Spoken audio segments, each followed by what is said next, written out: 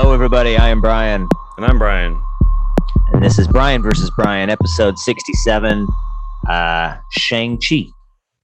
So, Marvel 2021 theater exclusive release just recently, just the other day, made its way to Disney Plus. So that's when we hopped on the bandwagon and checked it out. So, this is a little different than what I was expecting. I like your tone there.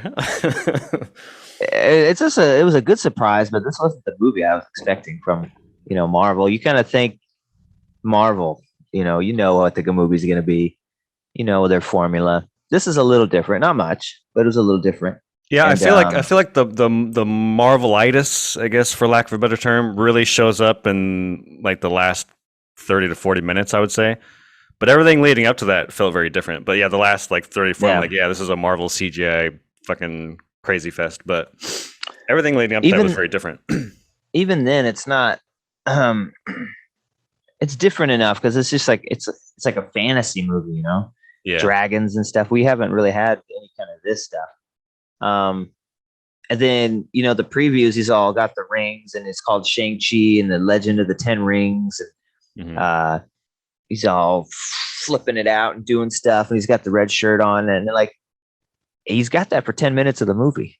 Yeah. I was like, dude, yeah. I was like, dude, he ain't got no rings at all in this movie. What are you talking about? This is just a Chinese dude that knows some badass kung fu. I can get behind this. This is just a kung fu movie. Yeah. Yeah, I thought it interesting when he finally gets them. I was like, he gets his powers fucking 2 hours into the movie. Like, what the fuck? Yeah, they make it seem like he's got these things the whole damn movie, and that's his stick. Like that's his thing. I mean, at least you still get to see him used in a cool way because his dad uses them at least enough in the movie to where you see the power. But it would have been cooler if he got that power a little earlier in the movie. Yeah, I didn't think it was that they were that cool. I thought the kung fu was just cool. I thought it was cooler that he was just a normal dude just whooping ass. It's like he didn't have any powers, and he's punching someone in the flying through a fucking bus and shit. Yeah, that was pretty cool. Even when he's fighting his dad, who like does have mystical powers, he punches him. His dad's like, "Whoa!" He's dancing with the wind. Yeah. So, we can talk about quickly that this is one of the first movies. Actually, it is the first batch of movies to have this new IMAX presentation that Disney Plus is doing, starting with Marvel, and I'm sure they'll bring it to other things. But I forget, it was like 10 Marvel movies they showed. Something like that. We'll support this, and I don't know how it's going to work with movies that have already been released because some of them are older movies, like Iron Man 3. As far as this one goes, you don't get to choose if you want it or not. It's just that's how it is. I don't know if the other ones are going to be like you could choose normal format or IMAX format. I would imagine since they already came out. I was kind of wanting to be able to choose so I could see the difference. Yeah. But it just, how you watch a widescreen movie, it's got that bar. It's like, how big the bar is. We've all seen widescreen movies. This takes that bar and about cuts 3/4 of it out. Yeah, it's still there. So for people who haven't done it yet, it's still there, but it's just much smaller, which is interesting because I wonder how they, like, what their process is. Because like when I throw on, Dunkirk or Tenet, the Blu-ray, the 4K Blu-ray, it takes up every square inch of my TV. There's no bars at all. So I'm wondering why they didn't, or what was stopping them from going the full frame. I don't know. It's just interesting. Or maybe they couldn't. I don't know. I remember Tenet having black bars. Oh, maybe I'm wrong. Yeah. Now you got me curious. Yeah. But every movie I've ever watched on like 4K has had black bars. Unless you zoom in on your TV or do something, if you just default, it's got the black bars because it's the 16:9 is different than the theater ratio, right? That's yeah. A little bit wider. So I liked that it was more of the screen. Yeah. I mean, that's definitely good. I went and watched because I wanted to know the difference too. So I went and I just popped on a Winter Soldier for like a second or two just to see, and like it's noticeably different. How much of the screen it takes up, this IMAX format. Yeah, and they were showing the in the trailer for it, like they are different format, like shots. Like they'll show the side by side, and you do see more. It's not just a bigger screen; it's like more of the scene. So that's pretty cool. I really think that's cool that they're doing that, and we've never had IMAX in your house, and it sounds stupid. IMAX in your home, you know what I mean? Because IMAX is just about a giant theater screen. But, yeah, you'd only really get it if you had a Blu-ray from a movie that was shot in IMAX. So like most of Christopher Nolan movies, a lot of it is shot in IMAX. So you'll get the thing where you're watching like Interstellar, and you'll get the normal, black bar DVD. But then the stuff they shot in IMAX, it'll like crop to IMAX and come back down when it's not. So that was kind of what we're used to. But nothing like a full length movie of IMAX format. Yeah, so I was excited about that, and I mean, it's not a mind blower or a game changer, but it helps. It helps them the home experience. Makes it a little more cinematic. Yeah. Being on an OLED, it concerns me watching all these movies with the black bars, because that means those pixels aren't working and you could burn in the middle of your screen. So I'm like, take up the whole TV, please. I don't want anything just static. Watching Dune for 3 hours, black bars. Like, let's wrap this movie up. Yeah. I'm worried one day that I'll be on a white screen, and the middle part where a movie would be is just going to be way darker than the other part because it's been working harder. What else? The beginning of this movie, it starts out pretty funny. I mean, I enjoyed it. I think this Asian friend character of his is pretty damn funny. Awkwafina? Yeah. Who the hell is that? I don't know. She's just an actress she was in Crazy Rich Asian. She was fantastic in that movie. And then she was she's actually in an indie movie called The Farewell, which was fucking great. It was a dramatic role. It wasn't very funny, but she just kind of pops up in comedic roles. She's fun. She brings energy into a movie for sure. She's got to be in the two Asian movies. Two major ones. You made it, baby. She's great. I've never seen this guy before. The main character. I don't know who the hell that is. He was pretty good. Yeah. You know what? Who the hell was the guy who was the host at the Fight Club? The Asian guy. He was so familiar. He was in something. Know. Yeah. He's in something where he's also funny, and I couldn't quite get it. I was like, damn it, where's this guy from? But yeah, the first fight scene on the bus, I thought was pretty cool. I thought the CG on the bus, when they did the outside of the bus, sometimes looked a little rough. Yeah. I was like, that looks like a CG bus, dog. Yeah.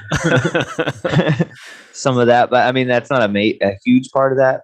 And then later on with the dragons and stuff, I was like, well, why does this look so good? Mm-hmm. But you couldn't do a bus. I mean, it's harder to do realistic things because we know what a bus looks like. And a dragon, we don't know. You've never seen a dragon. Yeah, so you can have fun. Yeah. Your mind isn't comparing it to, a real dragon. I've seen a dragon. Ain't quite like that. Those scales are all wrong. I think the bus fight is probably my favorite fight scene of the movie. Yeah, I mean it's awesome. There's good choreography. I think it's my problem with. I mean, I guess we're kind of getting to the bigger picture of stuff, but I think the one of the problems I have with the fight scenes of this movie is they're all done on a CG set and it looks fake. Even if the stunts are cool and what's happening is cool, like my mind is like, this looks like shit.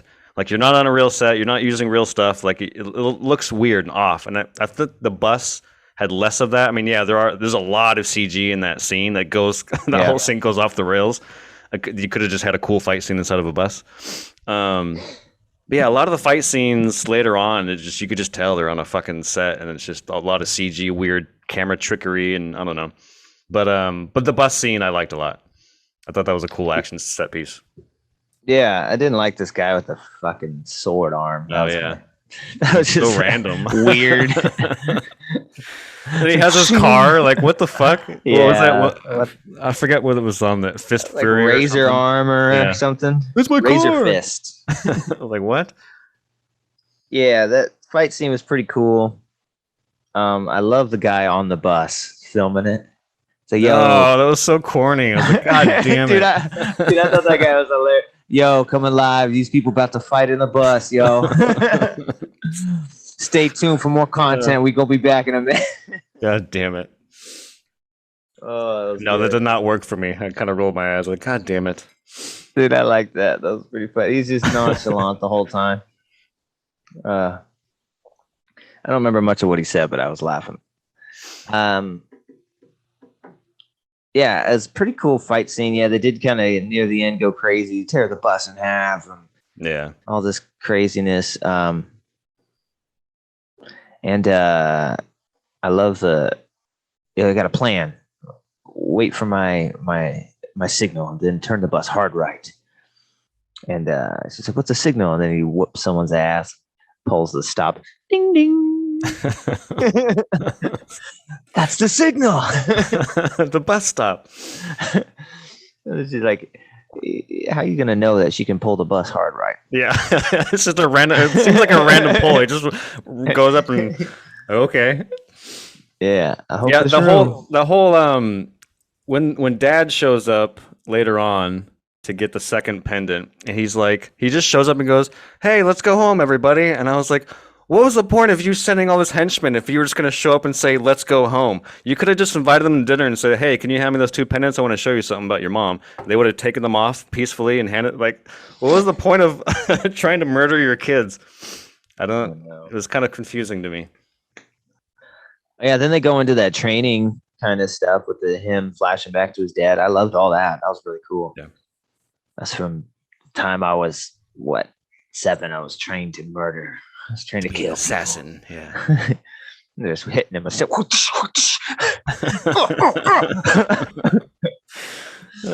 and then it goes back to punching some wood. More sticks. Yeah.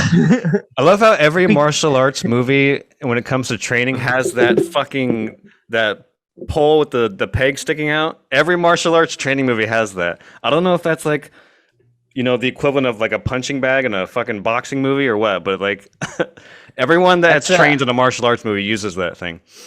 That's a kung fu dummy.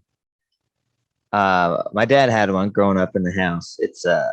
It'll have, you punch it, but it's got 2 legs on the bottom, one for a low kick and a high kick, and then it's got like a low punch and a high punch, and then you practice Wing Chun on it.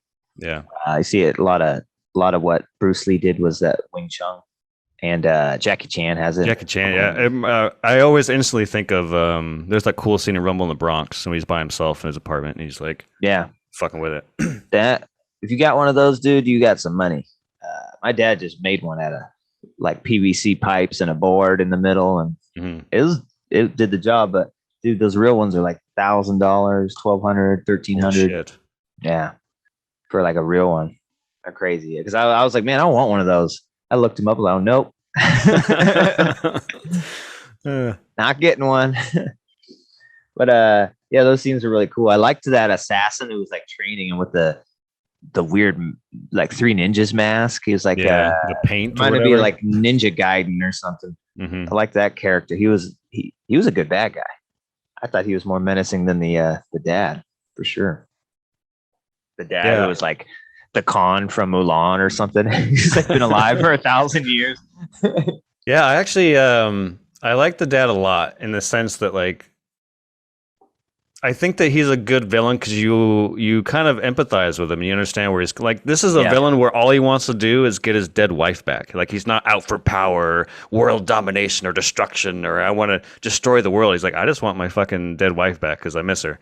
I thought that was kind of a cool choice for a villain. I thought it was pretty refreshing. Well, he was kind of evil, and then he like gave that up once he met his wife, tried to change his life. He kind of slipped back into it once she died. Yeah, the whole time that in the training thing, I expected to hear like, "Let's get down to business to defeat the hunt. I was like, this is dope. You're the best around. No one's ever gonna keep you down. Oh yeah. Yeah. Speaking of, you ever tried the live action Mulan? You ever see that? No, I never watched it. I tried about 30 minutes of it, man. not for you, huh? It's so fucking bad. Dude, I don't give a fuck about Mulan if you don't got a talking dragon, dude. Yeah. Eddie Murphy, come on. And I'm a dragon, not a lizard. I don't do that tongue thing. Oh yeah, and the cricket. You gotta have the fucking cricket, dude. A noisy cricket. My lucky cricket. So was it just like ultra serious? It wasn't like a fun. It's like a fucking Japanese tale of coming of age tale with none of that fantasy stuff, pretty much. And then it's kind of cool that Bruce Lee's like one of the bad guys, or he is the bad guy, the guy from Dragon. Oh, nice. Yeah. And he was in like fucking that Jungle Book. See, that's a deep cut. Yeah, where like Mowgli's like 28 years old for some reason. Yeah. Hi, I'm Mowgli. How are you? But yeah, the cast is pretty good. Asian cast. I thought it went well. It's like this it seems like a good Asian movie because it's not, it's not Asian. It doesn't feel Asian to be Asian. It just feels like these characters, like Asians are never portrayed normally in movies, man. They're always weird or geeky or there's some quirk. But these guys seem like real cats, like him and his friend. They're just kind of goofy and bumbling through life. And just not chauffeurs, but valet parkers. Yeah, trying to make a light of everything, trying to look on the bright side of their crappy lives like we've all done. Like, what are you talking about? Like, valet parking isn't easy. Hard work. You gotta have parking skills, people skills. Yeah, I actually go back to the cast. I love that Michelle Yeoh shows up. Michelle Yeoh is fucking dope. I like her a lot. And then apparently his sister, I think this is her first role. I thought she did pretty well for her first role. Yeah, she was good. She reminded me of like the menacing Asian girl from Rush Hour 3? 2? I don't remember 3. I remember 2. 2. It's 2. I know who you're talking about then. Yeah, the young girl kind of. Yeah, she kept trying to like kill everybody, whipping his ass. Even the people. Yeah. Yeah, she was pretty good, pretty menacing. I liked seeing like Abomination. That's that pretty much the only tie-in we got, which was nice. I liked how this was just kind of like a standalone Marvel movie.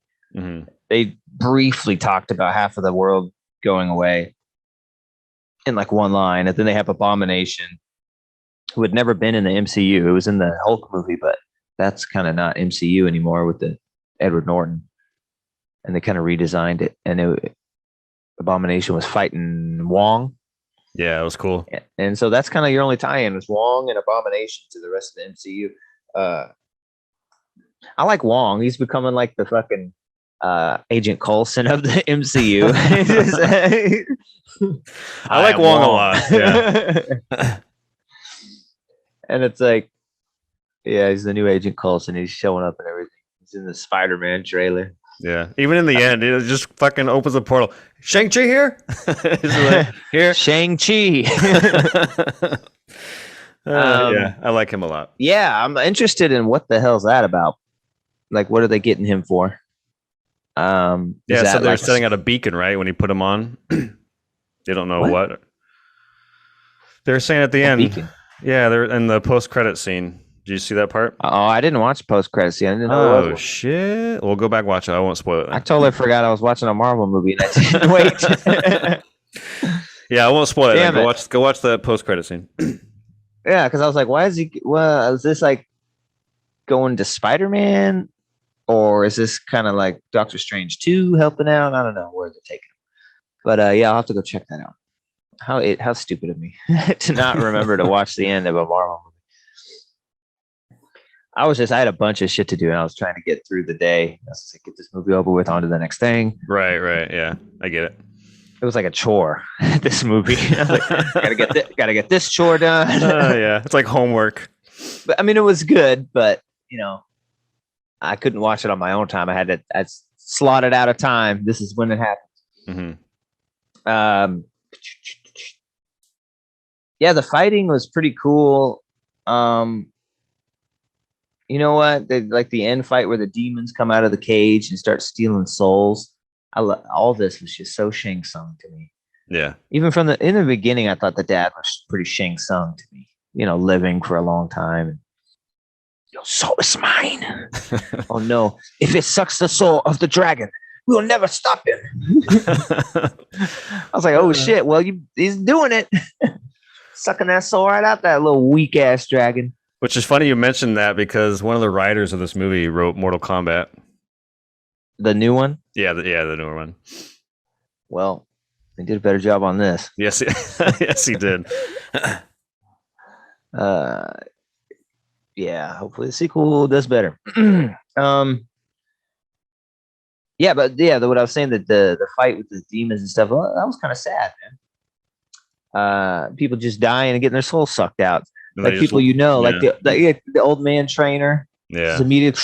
Oh, I was like, oh man, that guy was cool. It's like it's not even like a death where that's understandable. No, it's literally, your soul got sucked out. Now you're dead, and I'm taking your soul. Yeah. Bye. Yeah, you're just dead. There's almost like no time to process it. It just happens. So you're like, holy shit, he's just dead now. Yeah. Fuck. You can't get it back. Yeah, and then it just turned into like a kaiju movie at the end. I was like, oh damn, this is like Rodan or something for fucking Godzilla. And it wasn't very good in Godzilla either. Yeah, it felt very Godzilla-esque at the end when they were fighting. Yeah. The dragon stuff was kind of cool. I liked their dragon. Yeah. I liked that it was underwater. I was like, what the fuck? Is that dragon now? Underwater. I guess that makes sense how a dragon kind of moves and is swimming, Very eel looking. But yeah, I had a lot of fun with this movie. A moderate amount of fun. Probably more fun than I thought I would going into it. Being really kind of tired of Marvel movies, and just the same after watching Black Widow. I was just like, oh man, dude, it's just the same crap. This just reminds me of the Winter Soldier show. It reminds me, it's like everything just reminds me. Mm-hmm. This one didn't remind me of much of any of them. I'd say the closest kind of maybe origin story in the MCU to this would probably be Doctor Strange. It's kind of a weird, out of the box, and that's just a super generality, because Doctor Strange is kind of like a Batman Begins to me storyline, and this one is not that. But yeah, but there's also a lot of magic in that movie. That's the first time we've seen a magic origin story, I think. Yeah, and you think kind of that's what this is, but the magic is not. It's like the town, right? And then they're not from there. They don't really go there too much. Shang-Chi isn't magic. Yeah. You kind of start swirling some air for a minute. He might be an airbender. Who knows, man?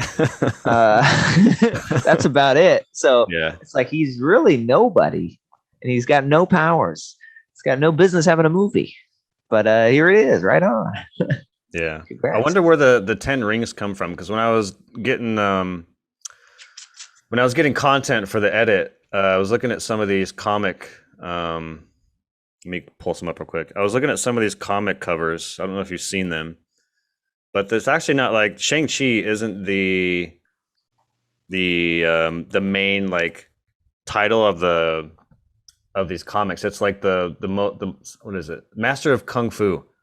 And there's nothing about a rings. He's not wearing any rings. He's just in like a dojo suit and the headband, and he's just wow. That's like all of these covers that I'm looking at. So I'm wondering where these 10 rings come. Maybe it's like a modern take of Shang-Chi, but all these covers from like the 70s are just some Asian dude who's doing kung fu. Yeah, well, the 10 rings is the bad guy group. the terrorist group who had been run by his father for all those years with the Ten Rings. And they have a brief thing about Ben Kingsley as Trevor Slattery, and he played the Mandarin, and he's talking about he played the character that was really ended up being your father, a very quite nasty character. And so we know that the real Mandarin, kind of the real runner of the rings, was him. Yeah. Even though in Iron Man 3 you kind of make it out to be that other guy. Guy Pearce. His name. Yeah, Guy Pearce's character. So that was kind of cool, tie in with that. I always wish that Mandarin was real, because that was such a good like character for Ben Kingsley. I loved it, and you won't see me coming. I know a lot of people loved that twist. I remember being in a theater being so fucking mad about that. Like, so mad. I was like, are you fucking kidding me? Like, they just pull the rug out from underneath me and make it some comedy I think a lot bit. of people hated that twist. I was like, dude. Because I thought he's played such a good Mandarin. Yeah, he did, yeah. And then I thought they were going to try and make it a retcon, you know what I mean? And kind of like, oh, it's all fake. And then he goes, he is really the Mandarin, because they did that one shot on Disney. Check that out if you, like, All Hail the King or something. And it's a one shot. It's like, I don't know, 20 minutes, 50 minutes. Mm-hmm. And so I thought they were going to bring him back, and they never did. But he's in this. We should mention that return. He is great in this. He's great. Oh, yeah, he's fantastic. I love him in this, dude. He's so good. What the hell was that creature's name? Oh, yeah. Gregory? Let's see. I think it was Gregory. Morris. And he's like a hairy ottoman with wings. With like rainbow wings. Yeah. He's like, you can see Morris too. I thought I was hallucinating this whole time. That's great. That's terrific. Where's his face? Oh, he's very self-conscious about that. So please. Oh man. Yeah, he says there's a 90% chance he can get you through the secret forest. Oh, excuse me, 19. My bad, 19% chance. But he's still very faithful, still very hopeful about it. Yeah, Morris was awesome. Trevor was awesome. And then I was kind of sad when you see Trevor lying down and Morris kind of goes up to him and he's dead. And it's like, calm down, mate. It's just acting. It's just acting. I'm pretending to be dead. You best do it yourself. And he kind of flips over. And, yeah, I love that bit. That was pretty good. Yeah, Ben Kingsley was great. There was no reason for him to be in this movie. Yeah. But they just brought him back. Probably cost him a little penny to do it, too. But yeah, I enjoyed all that part.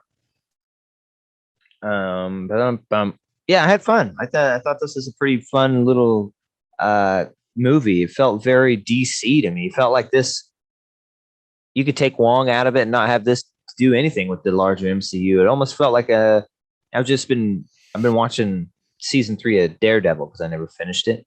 Mm-hmm. Never even started it. And I love Daredevil. I was like, why did I never watch season 3 and watch it? And it reminds me of that. Kind of, it's MCU stuff, but it's not connected at all, and it doesn't need to be. So it was refreshing. Very DC-esque type of thing going on.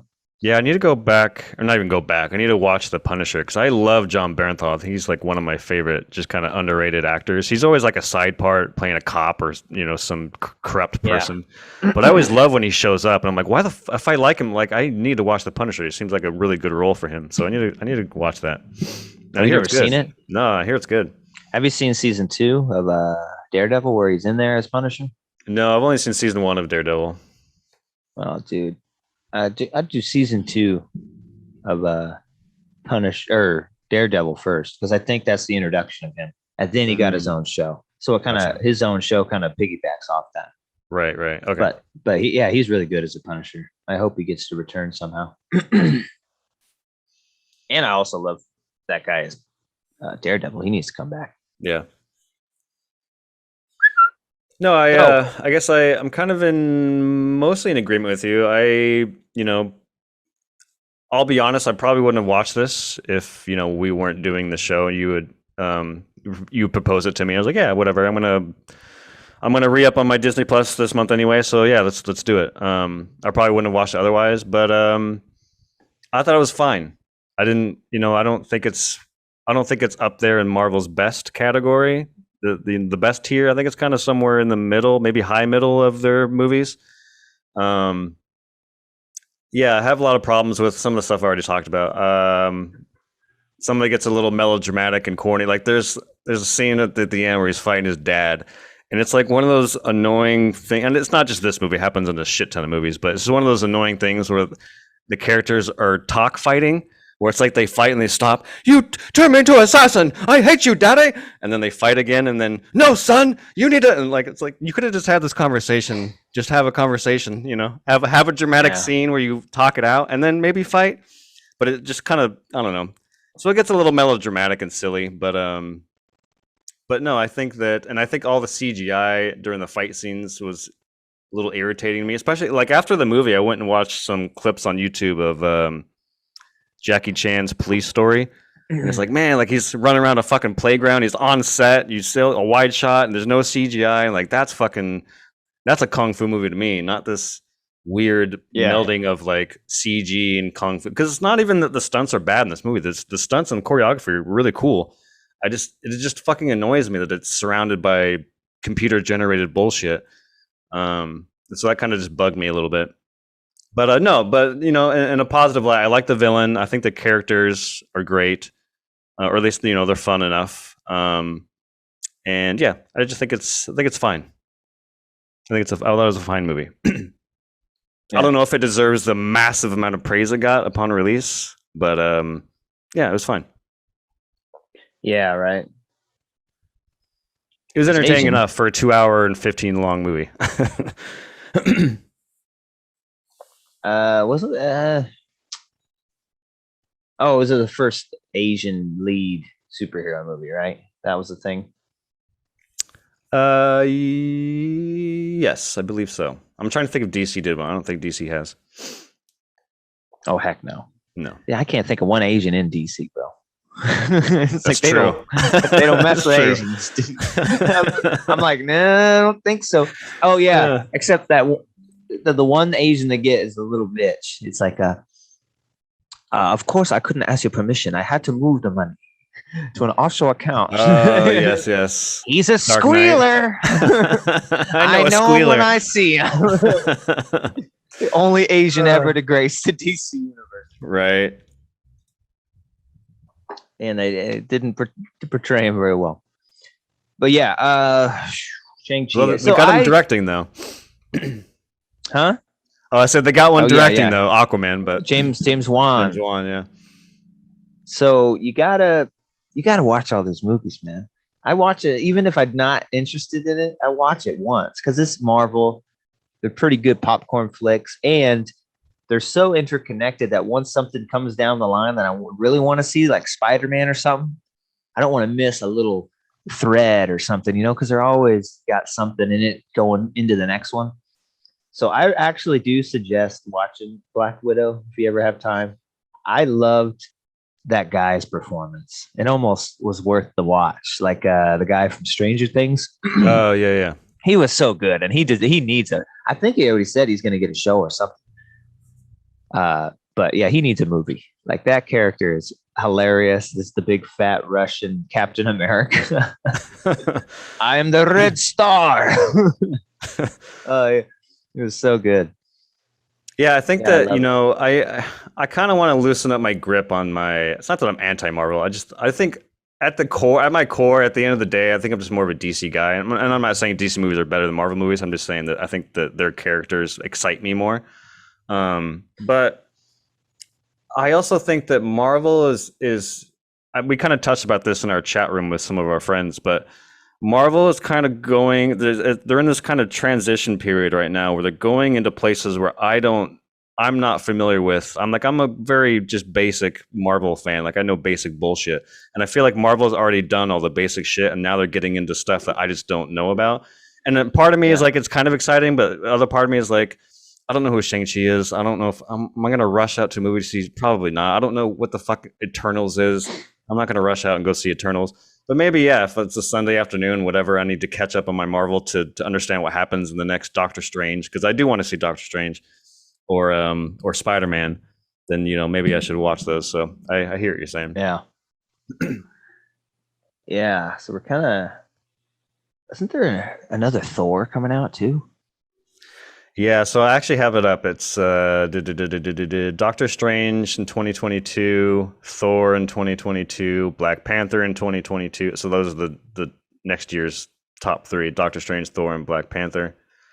And then 2023 is Captain Marvel 2 / Marvels. I don't know. Are they still working out a name for that? I don't know. And then at the next Ant-Man and the Wasp and Guardians of the Galaxy 3.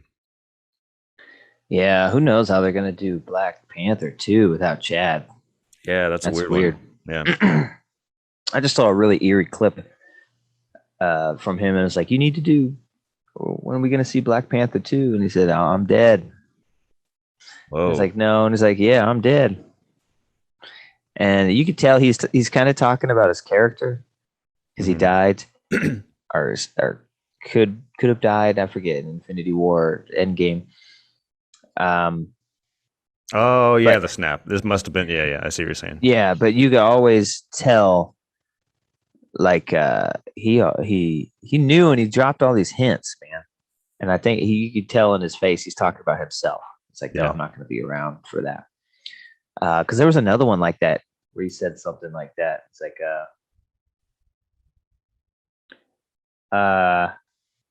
someone asked him about something like that, like a Marvel movie or a sequel or something. He said, no, I won't have time. Like, yeah, I won't have time. And so sad. It's just, when you just look back on it, he knew he's getting near the end. Yeah, even Spike Lee, when because Chad, one of his last roles was in that Spike Lee Netflix movie called The Five Bloods, and Spike Lee was like, "Yeah, I had no fucking idea, no idea." Yeah, it's nuts. And then, like, all those pictures and stuff right before, people were calling him a crackhead, and look at him, because he was actually really sickly. Yeah, a sad story. I don't really care about Black Panther now. It's like, I think we should just be done with it and not even touch it. Yeah, that's kind of where I'm at. I mean, Black Panther actually really surprised me. I was kind of like, I don't know. There is some weird stuff with Black Panther before release where I was kind of like rubbed the wrong way in a sense. I don't want to get too far into it, but it's kind of like, I want the movie to be good on its own merits, not because of, I don't want to go into it, but I was surprised by it. I liked it a lot, and I probably would have been excited for a sequel, but now I'm just like, what? Yeah.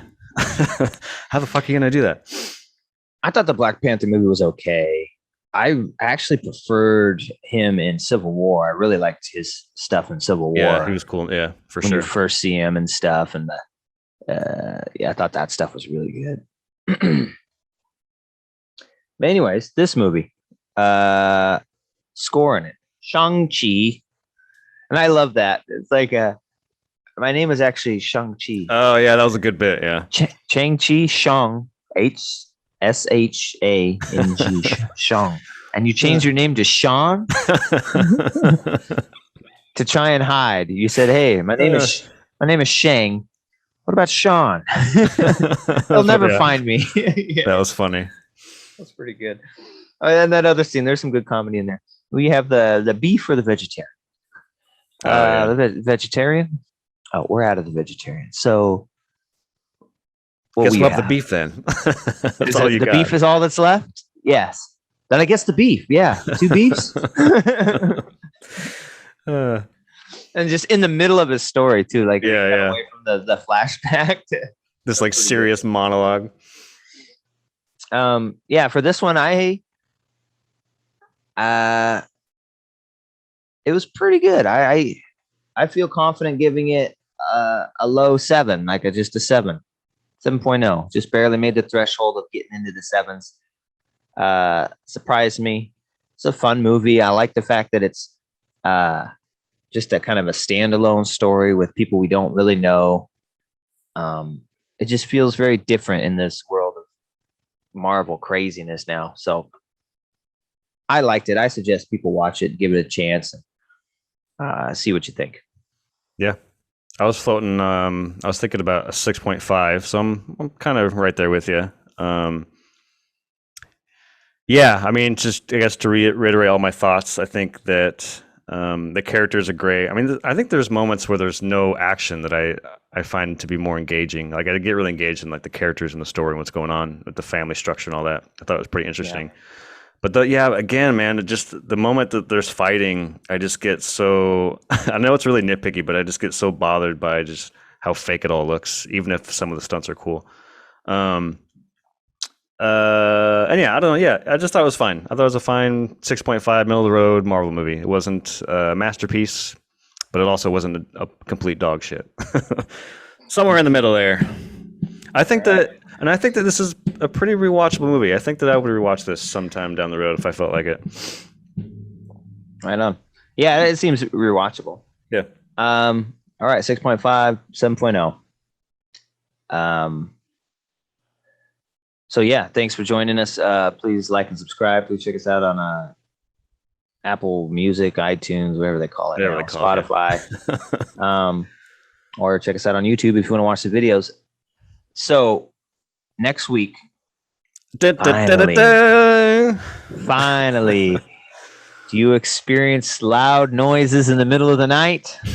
Have you ever seen a spook, specter, or ghost? The answer is yes. Don't wait another second. Pick up your phone and call the professionals. Next week, we'll be doing Ghostbusters. Nice. Oh my God, it's finally happening. It's finally happening. I haven't seen anything since you and I did that video. That's the only trailer I've seen. I remember some bits and pieces of it, but I've seen some other stuff, but it's all, that trailer is pretty much all you get. There's a little tiny clips and those little 15-seconders. Mm-hmm. But that's about it. Yeah, there's some really cool stuff that AMC's doing. I don't know if you've seen all this, but they're having the movie and they got all this merch you can buy like at the theater. That's cool. Like shirts and stuff. And they got the Ecto One large popcorn pack where it's like a big ass Ecto One and the top opens and it comes with a large popcorn. And it's like $34. But the Ecto One is like a legit plastic like toy. Like you shut the top and you can just put it on your shelf. And the box is really cool. I was thinking about getting one of those if they have them there at the AMC. And of course I'd be like, don't put a fucking popcorn in it, please. just give me the car. Just give me the car. Give me the popcorn. Okay, leave it in the box. It's a pretty legit, cool looking Ecto One. And all sorts of other merch. Like I can't remember, but I'm pretty sure it was like cups and shirts and stuff. I was like, I've never seen anything like this for a movie. Yeah, usually the theater doesn't sell, movie stuff. They just you take your candy and go watch it. So we'll see how widespread that is in the country. Like, I don't know if that's going to be everywhere. So I'm going to go to Carmike because I know nobody fucking goes there. So if they have some, they'll probably be available. So I want to try and get one of those Ecto Ones. Well, that bums me out because there's I think the nearest AMC is somewhere in buttfuck Oregon. There's no AMCs in Portland, so that's kind of a bummer. But yeah, we just have like Regals and like kind of independent theaters. So are they going to get Ghostbusters? Because don't these movies usually have a distribution deal with just one chain? I think when COVID hit and fucking they were having a battle, like the studios and the theaters, hey, I'm not going to show you because you're not giving me, like, I think there's a little bit of that, but to my knowledge, they should show it. I think they've kind of figured it all out now, but I hope they show it. They fucking better. If not, that I imagine one of these independent local theaters may show it. Worst case scenario. Yeah, you're going to have to go watch it at that restaurant. The Hollywood Ghostbusters. Watching it in like the ballroom where Slimer attacked. Yeah, right. All right. Yeah. Thanks for joining us. Yeah, today the return of fucking Russell Wilson too. Can't wait to see that. Nice. Yeah, see how that goes. Go Hawks. Go Shang-Chi. Go Ghostbusters, man. I can't wait. I should dress up. I should wear my fucking flight suit to Ghostbusters. I think I might. Fuck it. Embarrass the hell out of Jesse. You're probably going to have another, depending how good it does, you probably won't have another chance. So you might as well take it while you got it. Yeah. Yeah. I'll see what she thinks about that. No. All right. Yeah. Can't wait, man. That's going to be so great. So we'll see you then.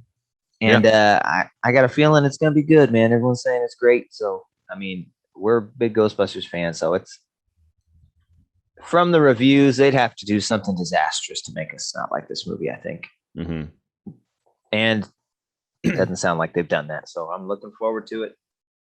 But, you know, sometimes when you get your hopes too high, don't live up. So yeah, I definitely, I don't know where you're at, but I want it. I know this is kind of Last Jedi talking, and I don't try to be Last Jedi talking, but I kind of hope that it's its own thing, but also respecting the other two. Like, I don't want just a fucking 2-hour nostalgia trip of like, woo, woo, woo. I want like its own thing, its own cool characters, its own story, and then like, you know, sprinkle in some fun stuff of the past in there. Like, that's kind of what I'm looking for, and I hope that they follow through with that. Yeah. Freaking Paul Rudd, baby. Sexiest man alive. Let's go see this. About damn time this man got his dues.